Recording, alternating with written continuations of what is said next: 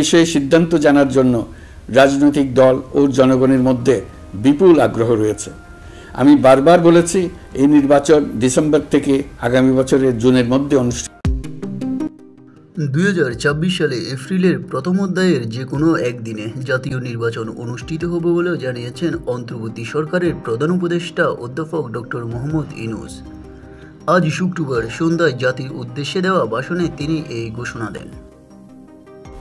ত্রুটিপূর্ণ নির্বাচন প্রক্রিয়ায় বারবার ক্ষমতা কক্ষিগত করার মধ্য দিয়ে একটি রাজনৈতিক দল বর্বর ফ্যাসিস্টে পরিণত হয়েছিল।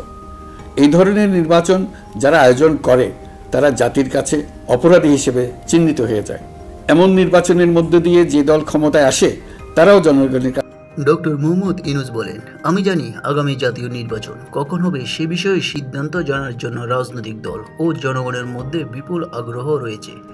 আমি বারবার বলে এসেছি, নির্বাচন ডিসেম্বর থেকে আগামী বছরের জুনের মধ্যে অনুষ্ঠিত হবে।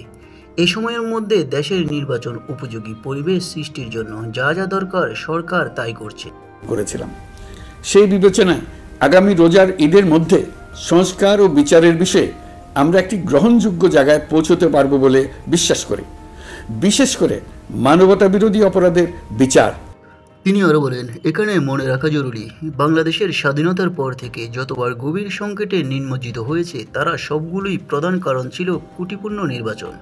ত্রুটিপূর্ণ নির্বাচন প্রতিক্রিয়া বারবার ক্ষমতায় কুক্ষিগত করার মধ্য দিয়ে একটি রাজনৈতিক দল ফ্যাসিস্টে পরিণত হয়েছিল। এই ধরনের নির্বাচন যারা আয়োজন করে তারা জাতির কাছে অপরাধী হিসেবে চিহ্নিত হয়ে যায়। এমন নির্বাচনের মধ্য দিয়ে যে দল ক্ষমতায় আসে তারাও জনগণের কাছে ঘৃণিত হয়ে থাকে। নিউজ বাংলা 29।